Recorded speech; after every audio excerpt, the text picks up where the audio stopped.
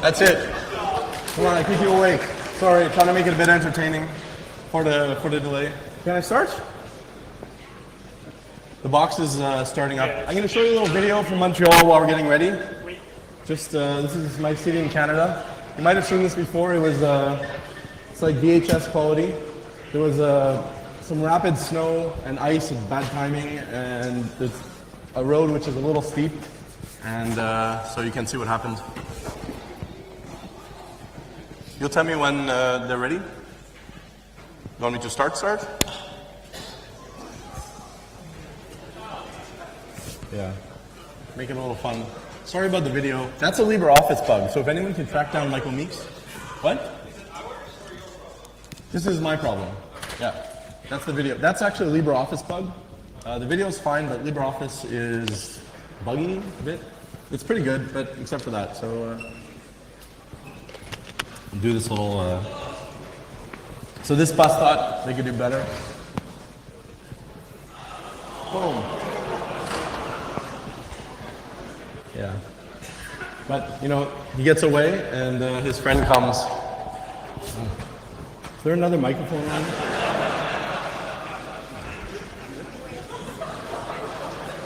The police to the rescue. Can you turn off the feed? There's some feedback. Can you turn down my mic? Can you turn it down a little bit? But don't worry, we have City Works who can come save the issue.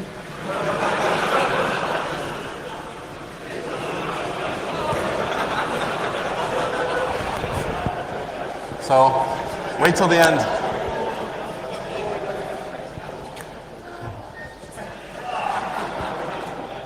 Boom. Okay, I gotta get going with the talk. So, can you turn down the volume a tiny bit, please? Thank you, because a little feedback. So, who am I? I'm gonna talk really quickly, and I'm gonna be sitting down a little bit. So, if you can't see me, don't worry, I'm still here. Listen for my voice. I'm a hacker. I work on config management things. Still a little bit of feedback. Can you turn down the mic just a tiny bit, please? No. This one. No. I'll use this one because I need to type. Yeah. Anyways, I don't need it. I write a technical blog called The Technical Blog of James. Who's seen it? Just raise your hand. Who's seen my blog? If you haven't, just raise your hand so I seem really popular, please. Thank you. I studied physiology and I'm doing this sort of DevOps thing. And just a little bit of background. Is it feedback? Are you hearing feedback?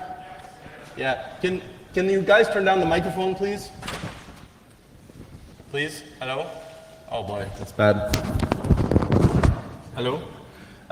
So just a little bit of the background.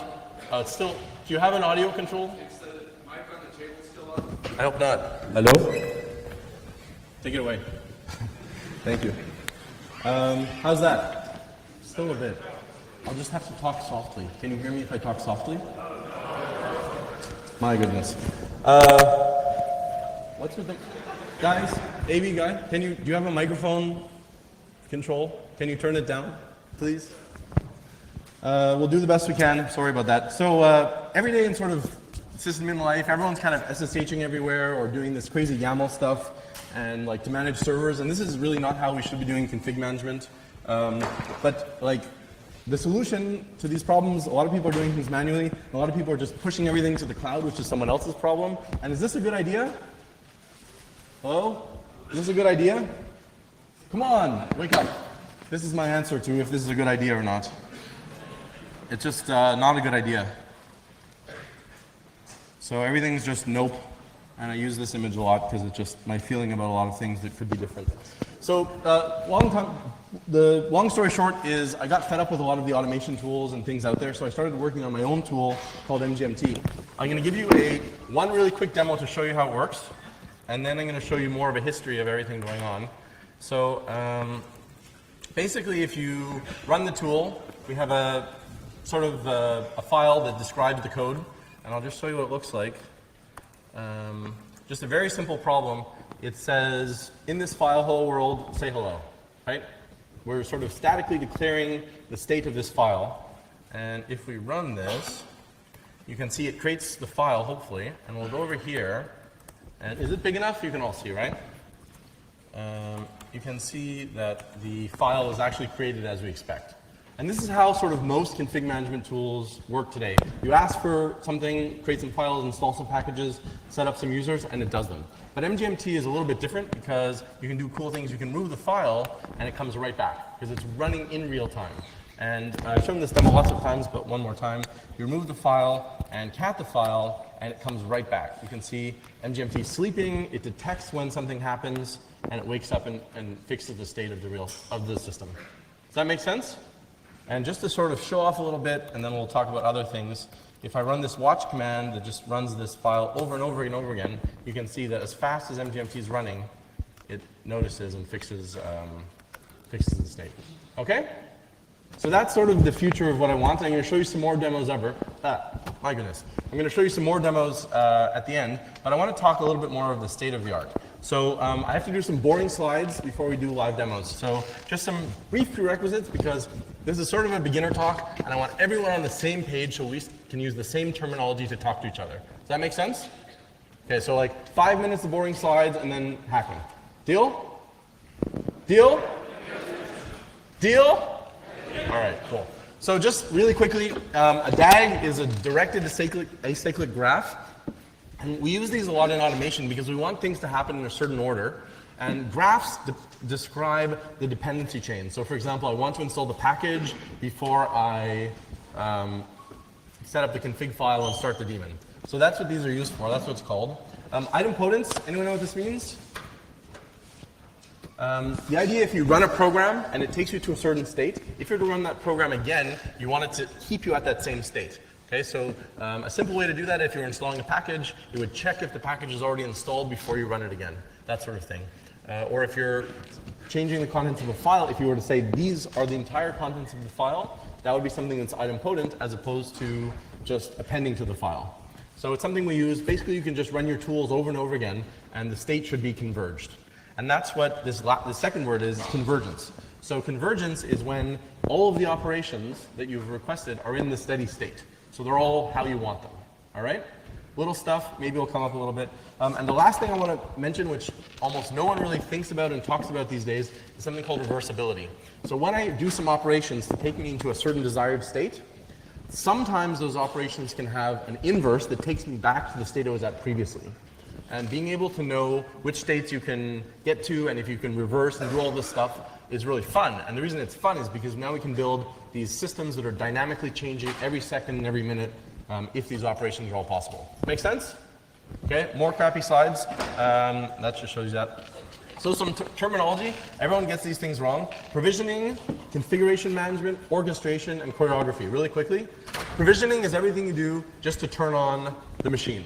So to boot up the VM, or to provision the iron, or even to set up some image in Amazon, all that stuff is provisioning. Okay? So provisioning is everything happens to turn the machine on, and the last thing provisioning does is it runs a configuration management tool. So that's what that word should mean, and please use it that way. Config management is what we're talking about today. Some random notes on the slides. I think that the word configuration management, the term, has been sort of seen as an initial step, and it could be used much further than it is today. So configuration management is all the declaration of the desired state. And up until today, we've never really talked about the time component of management as config management. I believe it is. And what that means is config management, for me, should decide what happens every minute of your day. Right? So it should say, today I want my servers to be up and running. At 5 p.m. when people are going home and turning on internet for something, maybe I want the state to change because I want more servers running, so my load balancer should get bigger and so on. All of these things should be part of config management. They have to do with setting up the machine and setting up those states. Cool? A lot of people have sort of, I think, in my opinion, been stagnant with the current tools. They said, okay, we have Puppet, we have Chef and all these tools, but they haven't delivered as much as I wish config management had done. So people are looking to other solutions instead of saying, hey, what else can we do in this space? And I'm biased, of course, but hopefully I can convince you. Orchestration. Orchestration is a very specific thing when you have one machine or one entity or one laptop which is going out and requesting something. So it's something like Ansible, for example, is an orchestrator. And it's always a single point which is going out and having that command or series of commands happen. So it's one place of coordination and always centralized. When you say orchestration, it's always centralized. Even if that centralized point might change, so there might fail over to another server or something if it goes down, that's still orchestration. Are you totally lost, or does this sort of make sense? Wave your hand, say sort of makes sense. All right, you're still alive. That's good. Again, boring slides over in like 1 minute. And lastly, choreography. I hate this term, but I cannot really think of a better term. And if anyone has one, just scream it out or something. But basically, the other way we can automate a lot of things is if each machine or entity or thing or container in the cluster has its own independent algorithm, and they sort of self-organize to work together. A lot of things in real life work this way to a good extent. FOSDEM, like humans, ants, algorithms like Raft and Paxos, all of these things are effectively choreography. And in some ways this is cool because you don't need that central point of failure that's going out and requesting that things happen in a certain order. Does that make sense? The downside is sometimes the algorithms to make all this stuff happen can be more complicated. But I think this is the future and this is where we should be doing stuff. Please, someone find a better term than choreography because I don't know what it is. Really, last thing, topologies. There's different topologies architecturally, and every time I hear of a new tool, this is what I want to know about. If it's a tool that's running on more than one machine, you've got to have this in the documentation. So these are some topologies I'll show you. This one, when you have a whole bunch of clients at the bottom that initiate requests to a server, what's this called? Scream it out. Who's shy? Is anyone really shy? Just raise your hand so I know where you are. Anybody? Yeah.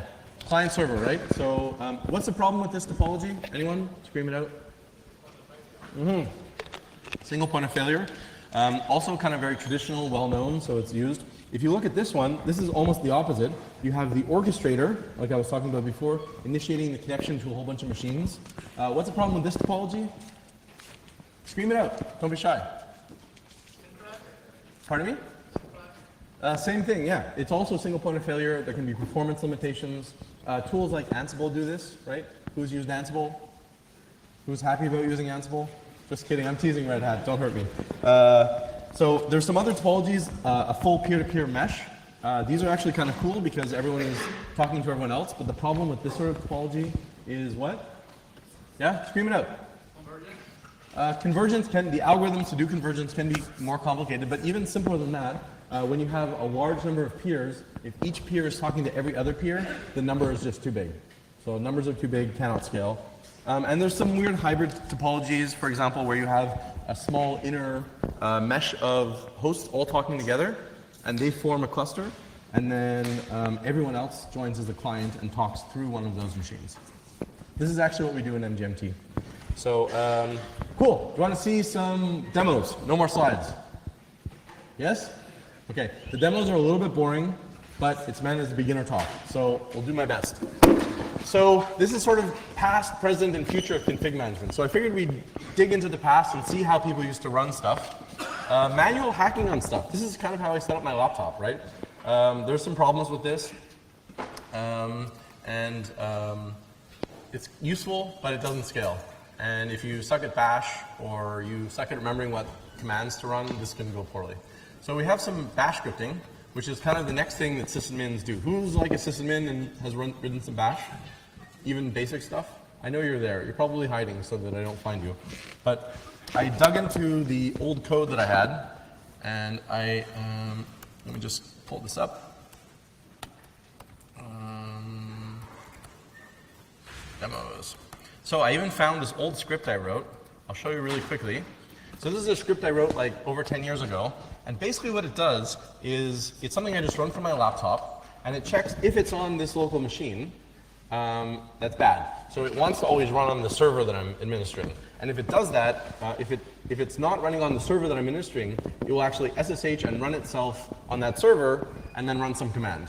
And what the script really does at the very end is it's just adding a user.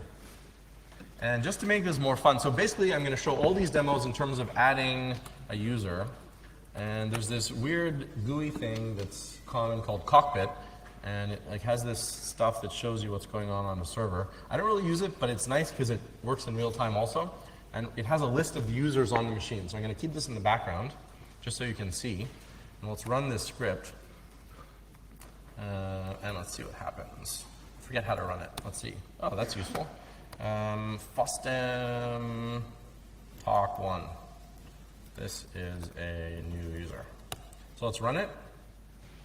And you can see, boom, it SSH'd into the server and added this user. So the server that I'm talking about in the background, I have this window right here, which is this random FOSDEM 2020 VM that I'm just running because I don't want to run all this junk on my machine. And this is just a view of that server. Does that make sense? Yeah? So that's the past. Like crappy shell scripts that I wrote or you wrote or that everyone wrote, all hacked together. We can do better. I'll actually just show you on the actual server itself. I have a little bash folder. Here's a really simple way how people did this. I've sort of distilled everything down. You have a really simple script that's just checking if the user exists, and if it doesn't, it runs it. Why are we doing this? Why are we checking before we add? I think I might have heard it, because we want the thing to be idempotent, right? So if something is wrong, you just run the script, and it should be safe. You could run it many times. So if we run it, you can see, think of how long it takes. It's creating the user. Hello. Hi, I'm going to assist you with the microphone. Oh, that's weird. Hello. I have to talk to both people? Well, yeah, just into the mic, and then, Okay. yeah. They can hear me. All right. So thank you to my mic stand over here. Round of applause. So yeah, I just ran the bash script, and you can see it creates the users, which you all see have added here. But if you run it again, you can see it can go a lot faster because it doesn't have to do the work to add the users. Make sense? Let's move on. Some problems with this. So bash is a super kind of weird language. I love writing in bash, but it's a little idiosyncratic and it can be a little problematic. So any code that we can move away from bash, not because it's not awesome, but into safer things, will be good for safety and reliability of infrastructure. Here's an old tool that I never used, but if I don't mention it, Steve will murder me because he goes to this conference that I go to. He's one of these early people that worked on this. Basically, it was kind of like a makefile, if you've ever seen a makefile. And the important takeaway is that it was this makefile that would run. And what's cool about that is it actually basically has a DAG. So it's showing the dependencies you want to do on your certain machine in a certain order. So it's one of the earliest uses of an actual DAG, this graph data structure that I showed at the beginning, in automation. So definitely before my time. Let's look at CF Engine. Who's heard of CF Engine? I was going to show like a CF Engine version 1 demo, but I figured I wouldn't be too mean. So I have actually here a CF Engine demo. A little bit more complicated, just to show you. Same sort of thing. This is how you look at the CF Engine code. Here there's a list of users that I wanted to create. And here's the user's sort of declaration that shows what's going to happen to them. For me, at least, CF Engine is a little bit more complicated to read, and there's a lot of boilerplate and a lot of sort of nuances about the tool that I found very confusing. But just to show you, we can be mean and time all these tools. Just to see, you can see the users are starting to get created right now as we watch. It has this whole thing, Mark Burgess, with promise theory, which, to be honest, I don't really understand. I think I understand, but it's a little over my head. But it does the job, and a lot of people use it. And the newer versions are apparently quite good. There are some drawbacks. So for me, I think that in a modern day tool, we want our tools, if possible, written in memory-safe languages. And if not our tools, at least our code. And it's mostly written in C, which I think is kind of a bit of a barrier going forward. There's some advantages, but also some disadvantages. So something to think about. And if you actually look deep into the CF Engine sort of ethos and philosophy, there's actually some really good design ideas that newer tools have forgotten about entirely. So hopefully, going forward, we'll actually study the past and not make these mistakes over again. Let's move a little bit more into the future. Puppet. Someone's probably used Puppet in this room. It was the first mainstream tool that I used past Bash. I don't really know if it's still growing. I think Puppet's kind of like in the danger zone because, in my opinion, maybe this is a bit rude, but I don't think they've been innovating anymore. They've kind of just plateaued and stopped. And they came out with this orchestrator tool called Bolt, which is just an Ansible copy. So I think they need to shake things up because they were so close to what I wanted. And I was using Puppet for so many years. In particular, the way you describe what you want to have done is with a DSL. So it's this domain-specific language. Let's do a little Puppet demo. You want to see a Puppet demo? Yeah, so here's my little Puppet code. Very simple. You have this little user define, and I have 3 Puppet users here that I want to run. Oh, and let's be cheeky again. We'll time it just so you can see how long it takes. This was a lot of my life for 5 years, watching Puppet runs go by, hours, days. So not so bad. We got the job done. We got our 3 users created, which was nice. And yeah, that's Puppet. It's changed quite a lot over the years. So it didn't used to have types and all these fancy things built in really at the core. So newer versions are a lot safer. But Puppet still makes the mistake that a lot of DSLs do, or a lot of programming languages do rather. They have nulls. So you can have the equivalent of like a null pointer exception in Puppet, undefined. And that's a problem because if you have that, you can crash. So safe languages like Haskell and so on don't have these values, so you cannot crash in that same way. And I think if we want to build robust infrastructure, we have to think about using really safe languages, memory safe language, but also type safe languages that don't have these problems. These are solved problems. We're just afraid of them. Just some technical things about Puppet. I'm doing this for all the new tools. It's mostly in Ruby and Clojure for the new server. It has this Puppet DSL. The topology, it's a client server thing, so we saw that at the beginning. And this is kind of a disappointment. It used to be GPL v2, and then they wanted to do the open core thing and moved a lot of it to Apache license, which was, I think, kind of a mistake a long time ago. But the biggest thing with Puppet that stood out for me, and I didn't realize until I was using it for at least 2 or 3 years, Puppet has the Puppet server, and then it has the Puppet agent that runs on all the clients. And they have this strange separation of some code runs on the server, and some code runs on the client, and they go back and forth. And I can explain to you how it works, but it's not clear why this makes sense. I've talked to some Puppet people. They've had some arguments which I didn't really agree with. But yeah, so it's a little bit strange, and it can be confusing when you're writing code dealing with this stuff. So it's something to think about if you look at Puppet. Chef. Chef basically is like kind of a fork of Puppet. Puppet, the Chef people didn't want a DSL. They wanted pure Ruby code, effectively. And so let's see. You want to see some Chef? Anybody? Do you want to see some Chef? All right, cool. Why not? Here's some Chef. And I'll just show you this in Vim so you can see a little bit nicer. So here's the Ruby code. And watch here, I'm doing this puts, which is basically printf in Ruby. I'm doing one at the start, one at the end, down here, and in the middle I have all these user declarations, okay? And watch what happens when I run the code. And so we'll run the code. It's running, I'm gonna kill it. I'm gonna kill it and time it. Well, I forgot to time it, sorry. So it already did a bit of work, so we'll deduct a few seconds. So look right here. Here's the put. These are my two messages that happen all at the start, and then the users get created. So Ruby, the way it works, it's kind of a little strange, but what's actually happening is all the code runs, and then during the running, these statements, these resources, get evaluated and stored somewhere, and then at the end it collects them all and then applies them.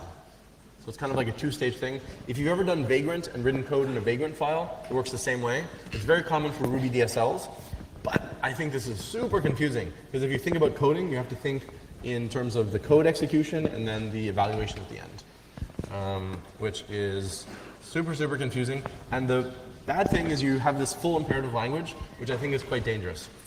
So if you make an off by one error and you blow away a data center, that could be bad, right? So we're getting into the modern era where things should be safe and reliable, and so that's one of my big problems with Chef.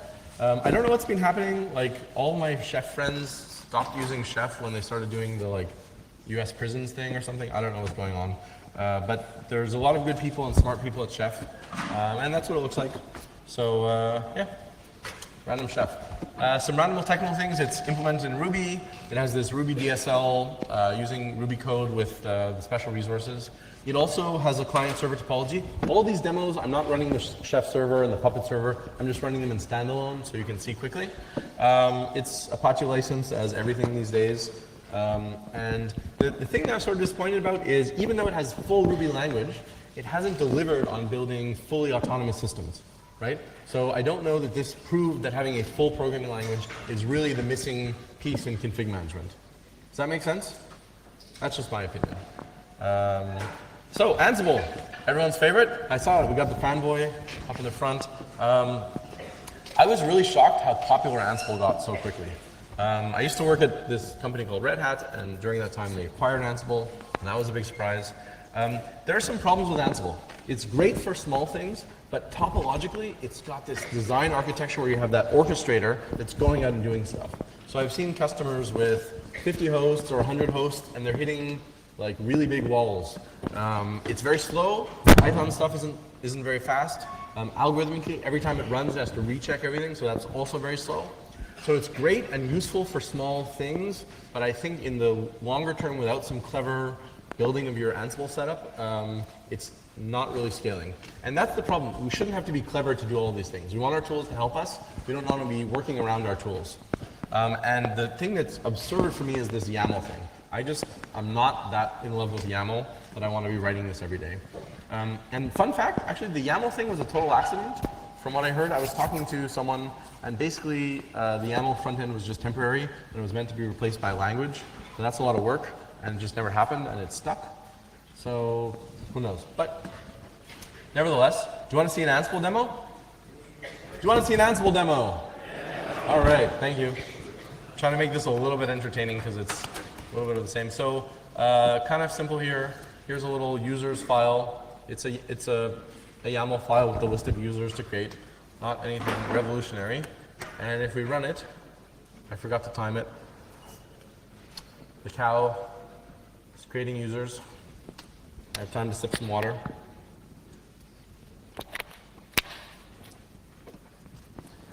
I mean, you can tell it's not super fast. And even if I run it again, it'll go a bit faster. But even with the users all created, it takes some time. If we actually want to, here, we can actually time it. We can just delete all the old users.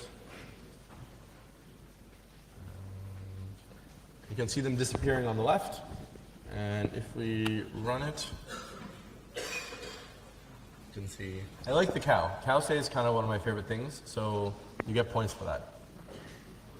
But imagine when you're doing big, complicated things over SSH to many machines, you can see it takes quite a lot of time to create 3 users, right? Am I crazy or is this a little slow? I'm not crazy, thank you. So, pardon me? The hecklers, you gotta be louder if you're gonna heckle.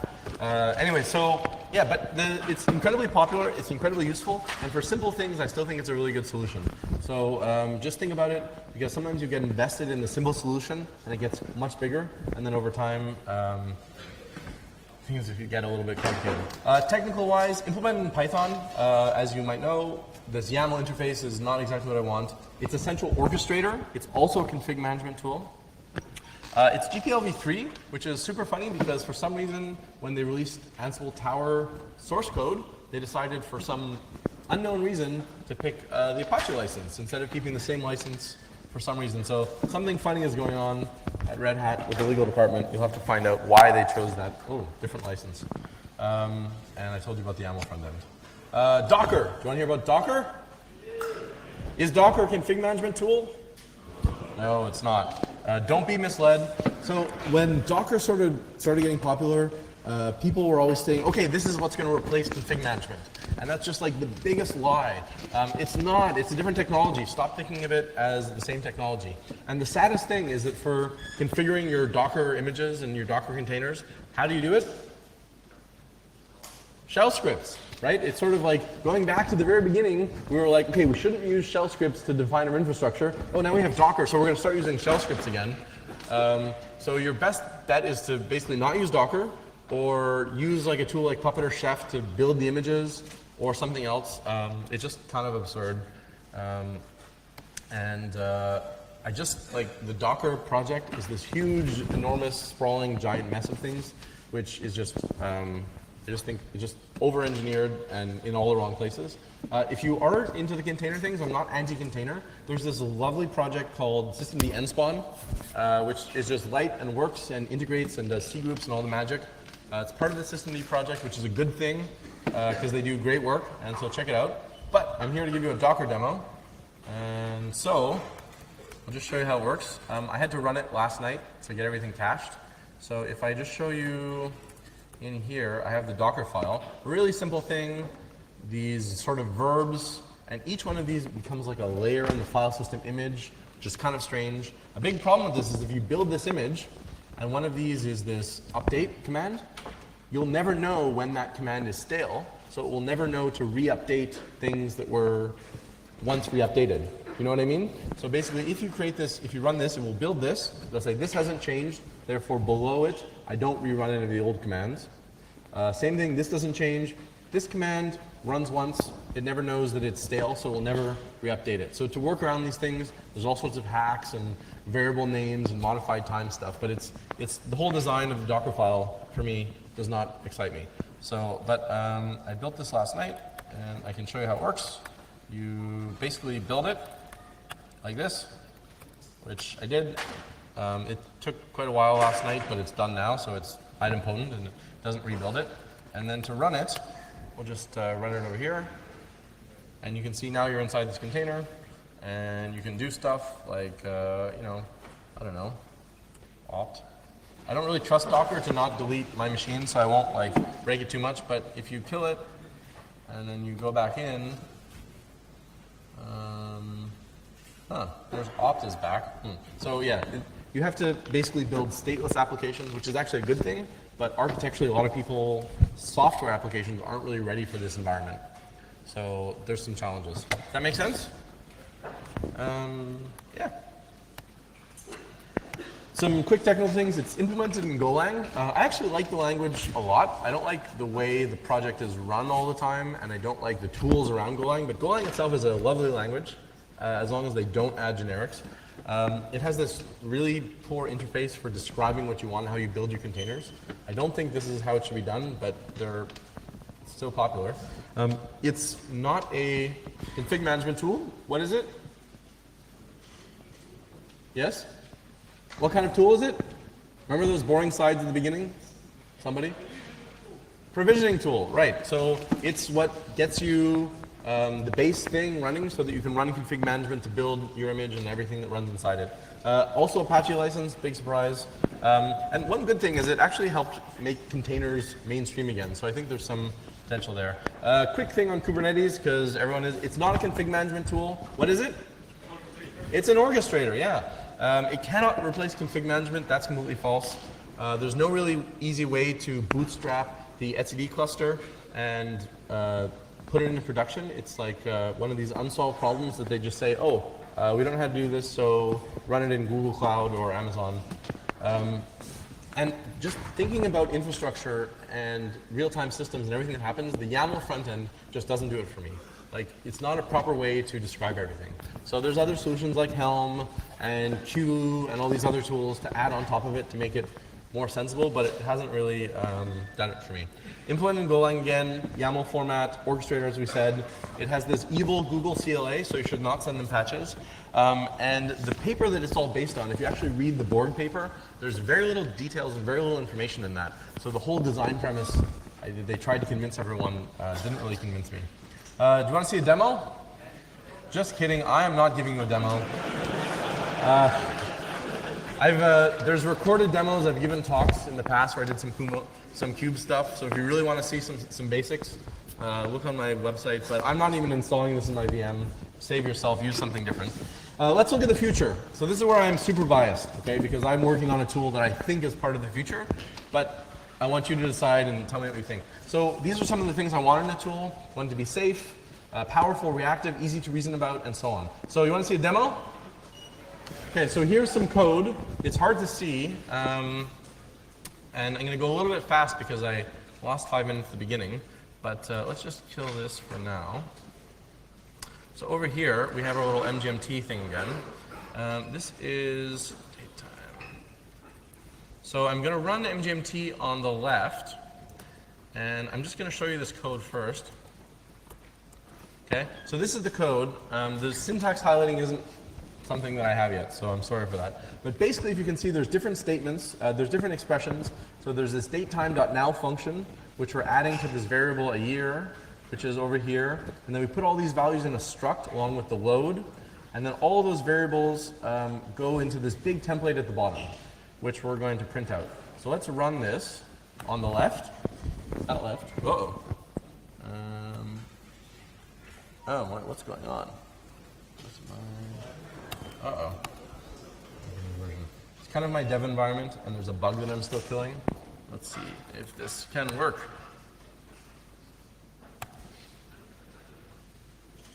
Oh. This is my, 1 second. No.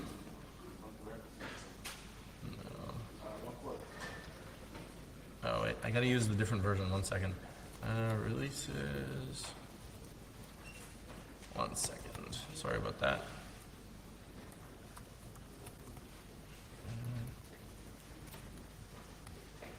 Okay.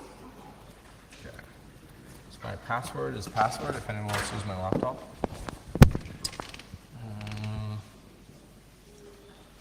These packages are all online, so you can try them out. I think this should work a bit better. Let's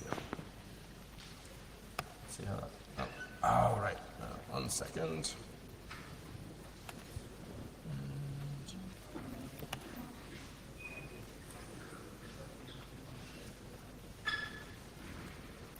Okay. Let's run this demo. Okay, so MGMT is running on the left, and over here I've told it to create this one file, date time.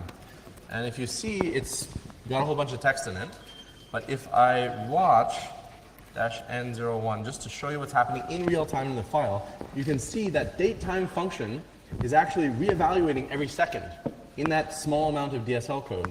And if it does that, it can change the file because it sees what has to be updated and so on.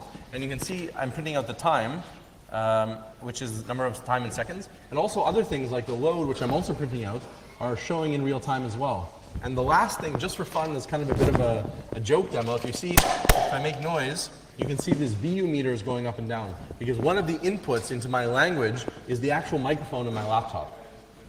And so what this is giving you a DSL. It's this reactive DSL. It's a special kind of language that knows when to update things based on real-time streams, integrates all those streams, and outputs something that can change over time.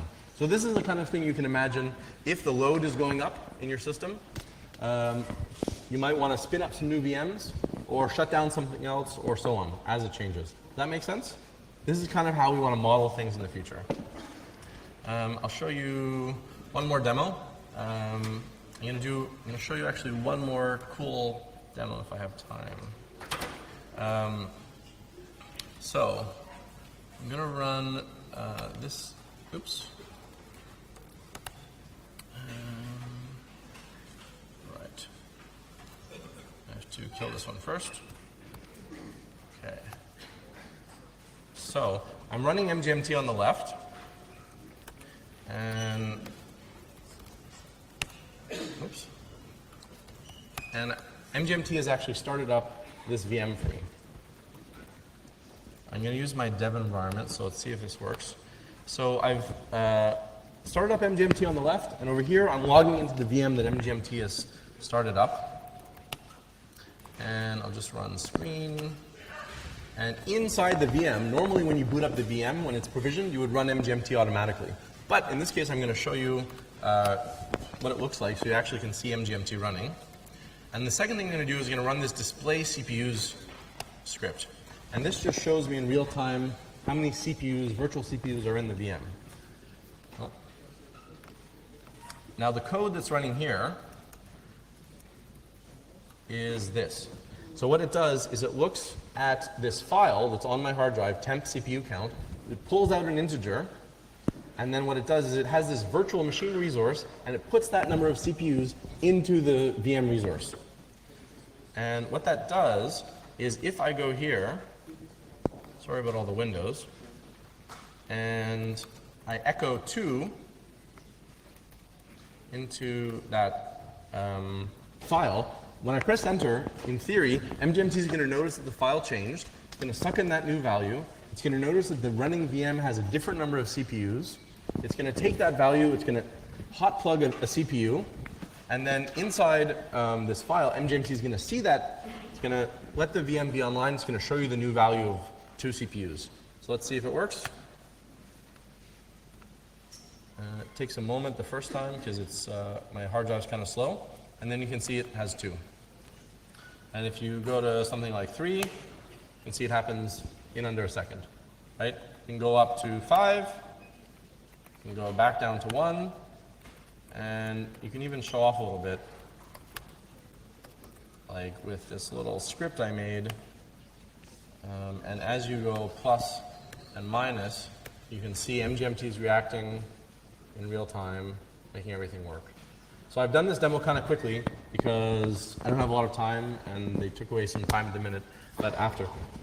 This is sort of the idea. So if you start building infrastructure that is working in real time, we can do all these fancy things. We can change our loads and move things around as things go.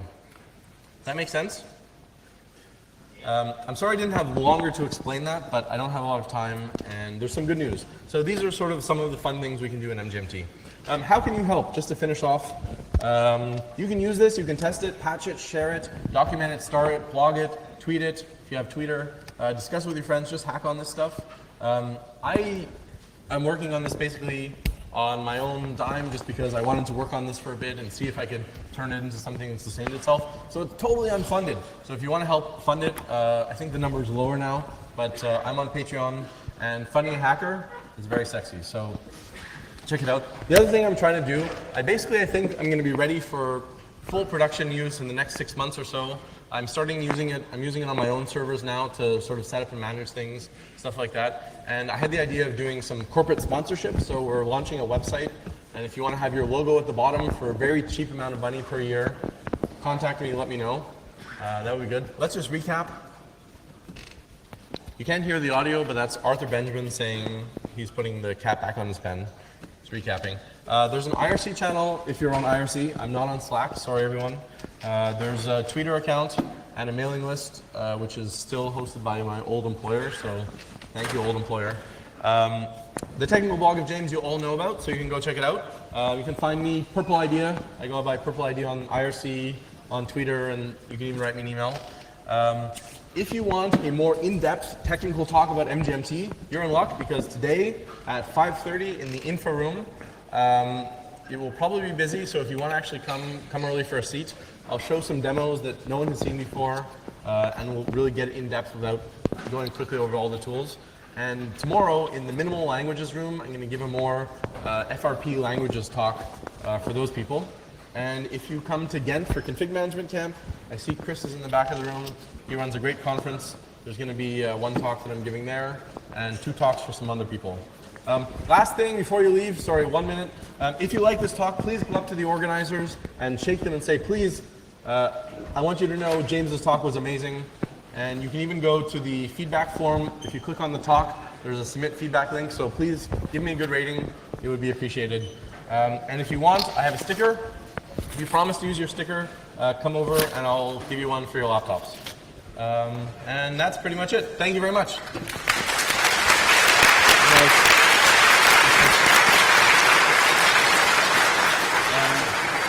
If you have any questions,